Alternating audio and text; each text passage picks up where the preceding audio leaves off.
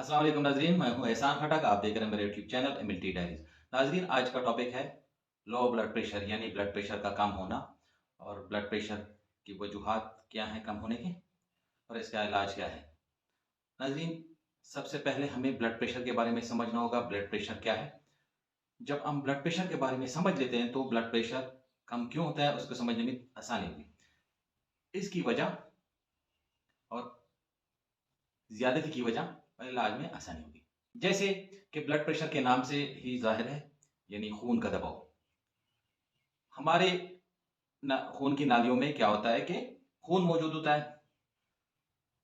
Pressure कब बनता है?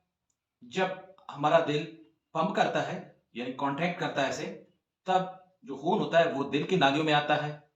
और अगर दिल ज्यादा जोर के साथ पंप करेगा तो खून ज्यादा प्रेशर के साथ आएगा। अगर दिल कमजोर होगा तो कम प्रेशर के साथ, कम जोर के साथ पंप करेगा तो खून का प्रेशर भी कम होगा। इसका मतलब क्या है कि दिल कमजोर है यानी हार्ट फेल्योर है। यानी सबसे बड़ी वजह एक ये है लो ब्लड प्रेशर की कि आपका दिल कमजोर है, यानी आप हार्ट फेल्योर की तरफ जा रहे हैं, आपका दिल फेल हो रहा है। दूसरी सबसे बड़ी वजह जो है खून की मिकदार की है। अगर ब्लड कम है आपके जिस्म में तो प्रेशर भी कम होगा। अगर आपके जिस्म में खून काफी है, मिकदार में ज्यादा है, तो आपका प्रेशर ज्यादा होगा। जैसे आपको मालूम होगा कि खून में 55% प्लाज्मा होता है यानी पानी होता है। उस तरह अगर आप डिहाइड्रेट हो या आप कम पानी पीते हो तो भी क्या होता है कि आपका ब्लड प्रेशर लो होता है। क्यों? जिसमें मौजूद खून में 55% प्लाज्मा होता है, यानी हाफ से ज्यादा प्लाज्मा होता है। अगर आप पानी कम लेते हो तो इसके हुजम में कमी होती है। अगर आप पानी ज्यादा हो तो खून होता है उसके हुजम में इजाफा हो जाता है, तो इस तरह ये फिर बढ़ जाता है यानी नॉर्मल पोजीशन में आ जाता है। अगर आप पानी कम लेते हो, डिहाइड्रेट हो जाते हो, तो फिर ये लो रहता है। तीसरी जो सबसे बड़ी वजह है वो है रगों का फैलना यानी फूलना। अब ये रग कब फैलते हैं या फूलते हैं यानी या खुले रह जाते हैं? कुछ बीमारियां हैं जो कि जिसमें जो हमारे रगे होते हैं, जो नालियां, खून की नालियां होते हैं, वो फूल जाती हैं। फिर अगर खून की नालियां फूल जाती हैं तो उसमें क्या होता है कि प्रेशर कम आएगा। जैसे आपको एक मिसाल देता हूं पाइप की। अगर पाइप फॉर एग्जांपल 1 यानी 1 इंच का है, उसमें हम पानी छोड़ देते हैं, उसका प्रेशर नॉर्मल आएगा। अगर फिर उसी पाइप पे प्रेशर लगाते हैं तो खून जो या पानी जो होगा वो प्रेशर के साथ जाएगा, तो इस तरह ये प्रेशर ज्यादा बढ़ेगा। तो कुछ बीमारियां हैं जैसे पार्किंसन, डायबिटीज, उसमें क्या हो जाता है जो खून की नालियां होते हैं वो डायलेट कर जाती हैं, खुल जाती हैं। फिर उसमें क्या होता है कि आपका बीपी जो होता है वो लो हो जाता है।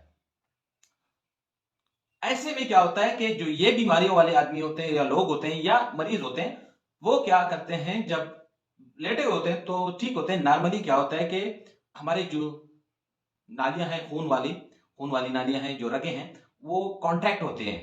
जब आप खड़े हो जाते हैं तो आपका ब्लड प्रेशर नॉर्मल हो जाता है यानी ठीक हो जाता है। लेकिन जो डायबिटीज और पार्किंसंस में, क्योंकि आपकी जो वेन होते हैं या आर्टरीज होती हैं वो खुली रह जाती है, डायलेट कर जाती हैं। फिर जब आप खड़े हो जाते हो तब भी वो खुली रह जाती हैं। तो अगर आप रेस्ट पोजीशन में होते हो तो आप खड़े हो जाते हो तो आप पे चक्कर आ जाना शुरू हो जाता है।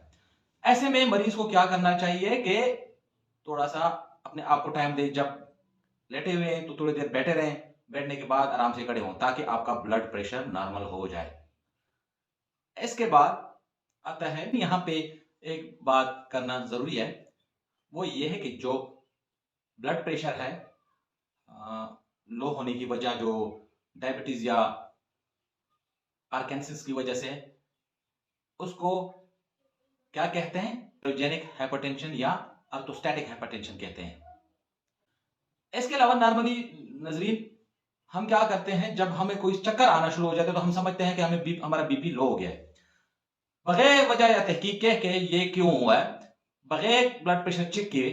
अगर नाजरीन आपका ब्लड यानी आपका हार्ट कमजोर है, कमजोर यानी हार्ट फेल्योर है, उसकी वजह से आपका ब्लड प्रेशर लो है और आप लेते हो नमक या अंडे, तो फिर क्या है कि आपका चूंकि दिल कमजोर है, पंप करना पहले से उसके लिए मुश्किल हो जाता है और दिल पे उसका बोझ बढ़ जाता है। जब आप नमक वाला पानी लेते हो जो सोडियम है, वो क्या कहते हैं कि वाटर को रिटेन करता है, वो वाटर रिटेन करता है, उस प्रेशर को जब बढ़ाता है तो दिल पे और बोझ बढ़ता है। आप समझते हो कि आपके बीपी हाई हो जाएगा, लेकिन वो और कम हो जाएगा क्योंकि आपका दिल कमजोर है, वो उसको पंपिंग में मुश्किल है, वो दिल और जोर लगाएगा, इससे बीपी लो और ज्यादा लो होगा। तो नाज़रीन, बगैर डॉक्टर के अपने आप खुद घरेलू टोटके इस्तेमाल किए बगैर कुछ भी ना करें, मतलब डॉक्टर के पास जाएं, घरेलू टोटके इस्तेमाल ना करें क्योंकि ये आपके सेहत के लिए और नुकसानदेह होगा। इसके अलावा नाज़रीन, प्रेगनेंसी में बीपी लो भी हो जाता है, भी हो जाता है। अक्सर लो होने की रीजन जो वो डिहाइड्रेशन हो जाता है या एनीमिक हो जाता है मरीज। हाई होने की वजह इसकी फैमिली हिस्ट्री से भी होती है।